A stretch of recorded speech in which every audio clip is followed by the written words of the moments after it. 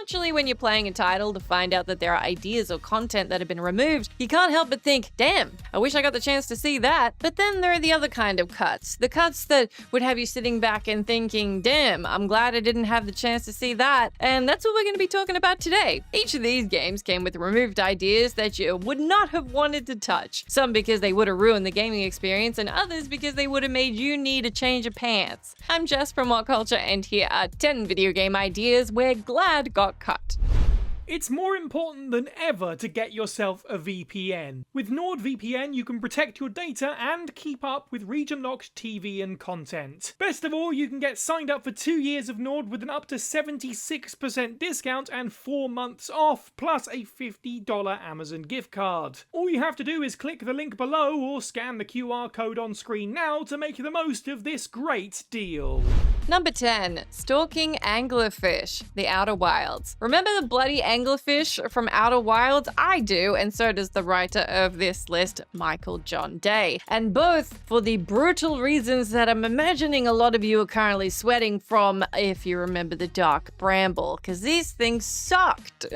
These alien menaces are terrifying creatures that devour any explorers they hear. Thankfully, they only appear on the strange planetary remnant Dark Bramble, meaning you don't have to worry about them unless you're there. However, that was not the case in the game's pre-alpha build. Dark Bramble was a very different place before the game moved out of the prototype stage. The biggest difference was that the anglerfish could leave the planet and stalk the player across the system. Many gamers would have put their controllers down forever if that had stayed until the final release, myself included, as these relentless beasts are anxiety-inducing to the max, even being contained in this one spot. Here's a little message to the Outer Wilds devs: screw you for creating these monsters in the first place, but thank you for keeping them in one place. Number 9. The Monstrous Mother, Alice Madness Returns. One of Jessica's favorite video games, Alice Madness Returns, the sequel to American McGee's Alice, asks the bizarre question: what if Alice in Wonderland was 50 Shades of messed up? The thing is, while the game is definitely freaky and absolutely messed up, especially towards the end, it actually could have been a lot worse. In fact, there's one feature that dove so far down the gore and horror rabbit hole, it would have left players gagging. So instead of just having horrifying subject matter, you could have had this too. Part and parcel. When trolling through the Art of Alice Madness Returns book, which I have, you'll find an assortment of concept art that never made it into the game. The vilest and most grotesque of these lost ideas was a nightmarish NPC, a giant princess forced to give birth to a collection of monstrous babies. This NPC would have been mercy killed by Alice in a bloody execution, with the concept art looking less like Wonderland and more like a Terrifier movie. The game's art director Ken Wong claimed the concept resulted from pushing the nice pleasant artists to go darker. And they certainly did that, with Wong himself claiming they, quote, went too far here. Do you think? Number 8. Jimmy's Acid Bath, Bully. Despite the worrisome name, parents don't need to be too concerned about the content found in Rockstar's Bully. This bonkers title is a harmless display of juvenile humor, controlled chaos, and playground fantasy, with nothing too extreme or violent, tying it to the studio's more infamous GTA series. Still, while the game is entirely devoid of death and killing, there was a particularly twisted demise that almost snuck its way in. When digging through Bully's unused assets, you can find a selection of dialogue recordings hinting at a terrible fate for the game's protagonist. So what was going to happen? Jimmy was going to be pushed off a building, run over by a car, or something like that? Oh no! He would have been tossed into a burning vat of acid and dissolved to death.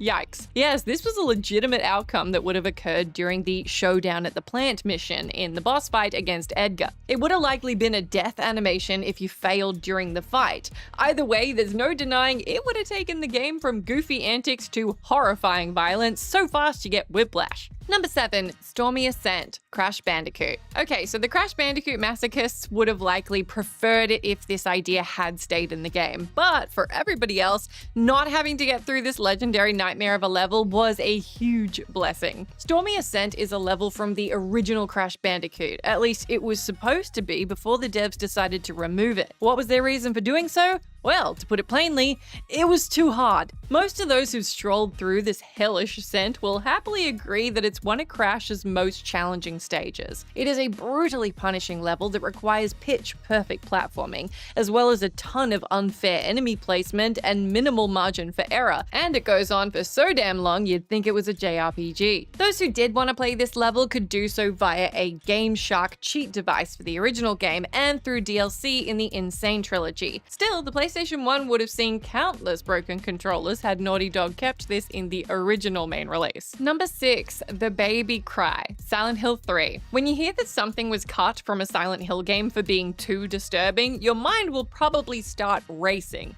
Too disturbing? What on earth could be too disturbing for this freaky as hell franchise? Well, it might be hard to believe, but the lone sound of a crying baby is what. It sounds like nothing, but give it a minute and you'll see why it had to go. If you played Silent Hill 3 and defeated the final boss, you might have wondered why the following cutscene ends with Heather Mason turning towards the camera as if she's reacting to something before the screen fades to black. Well, the original cut featured the distressed cries of a baby. The implication was that the final boss had been reborn as an infant, linking to the consistent theme of rebirth in Silent Hill. But what it is that makes this so disturbing is that Heather would have ditched the baby. There's undoubtedly more nuance to it given the godly reincarnation implications, but ending a game with your protagonist leaving a crying baby to die is something nobody really wants. Ambiguity was undoubtedly the better choice here. Number 5. The Host Monster, Evolve. Say what you will about the failure of Evolve, and more so, oh my gosh, that DLC, but to be honest, at least I speak for myself, and as does the writer of this article, there's a lot of fun to be had with this one. Part of that fun was the variety of monsters you could play as. Do you want hulking strength? Pick the Behemoth. Speed and stealth? Hit the Wraith up. Fire, breath, and power? Go Goliath. You get the idea. However, while the reliable tactics of those beasts made sense, how does flinging AI minions and letting them do all the work sound? Not so fun, right? Well, it nearly happened. The Host was a scrapped monster that would have featured a very unique combat approach. Rather than relying on its own strength, it would have summoned various parasites to send into battle against the hunters. Now, the idea of having little minions do your bidding does sound fun, but dear God, this monster would have sucked. It, by design, would have had you relying on NPCs to win. What's the point of playing as a big monster if you just let little monsters do all the smashing? You're a big monster.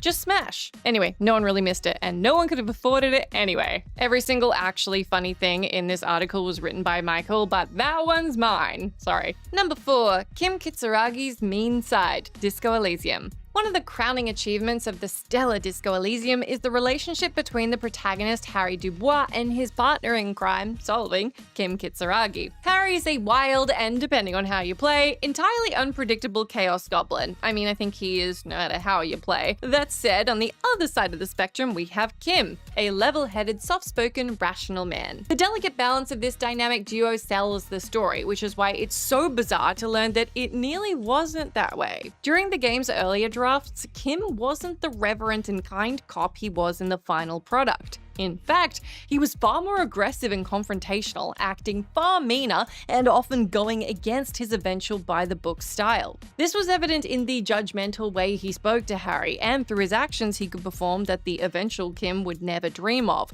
like drinking on the job or lying on RCM reports. The switch-up in Kim's character saved not only him, but also the game itself. Good job on that one, Robert Kurvitz. It was close, but Kim is exactly where he needed to be. Number 3. Kratos' Puppy, God of War. Even the toughest, scariest of people need a best friend. Well, what can be better than a dog? These lovable little creatures can bring joy wherever they go and can melt the hearts of even the most heartless people. That said, the legendary God of War protagonist Kratos might not be the most responsible dog owner, especially in his early days. When looking through old concept art for Kratos, there comes a point where Santa Monica decided to pair him up with a little pup. The idea seems really cute at first, but it's much better that the duo didn't meet, and I will tell you why. With Kratos being Kratos, there's no doubt the dog would have found itself in near constant danger, and if you've played any drama game with a dog or a horse, you know how that tends to go.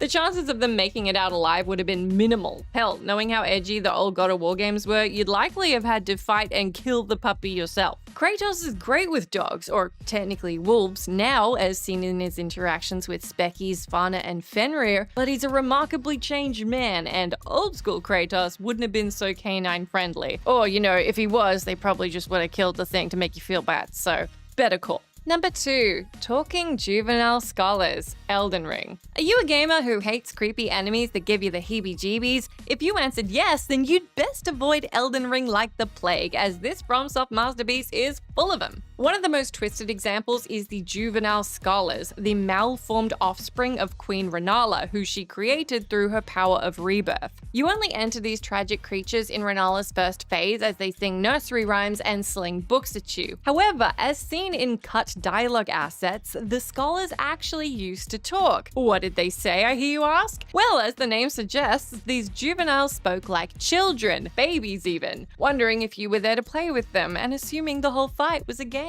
Look, these little creeps are unsettling no matter how you slice it, and if you're anything like me, you were probably more concerned about how to get them to stop chucking books and getting that health bar down to no health bar. But that said, hearing them talk like children would have made them 50 times creepier. Plus, it would have made you feel 50 times worse for killing them. If you cared. If you're like me, you just wanted the book thing to stop. But if you were like that, then you would have felt worse. Their song might have been grating, but it's definitely better than what it could have been. Number 1. Mentharas Pregnancy, Baldur's Gate 3. When it comes to romances, Baldur's Gate 3 leaves you spoiled for choice. Do you fancy a gothic cleric, a hunky nature-loving druid, freaky frog-like lady, a charming vampire, a muscled-up tiefling, a literal octopus person? Take your pick, because you can romance them all. But if you've got your eye on the guys, you're probably gonna pick Astarion, no matter how many times you play this one.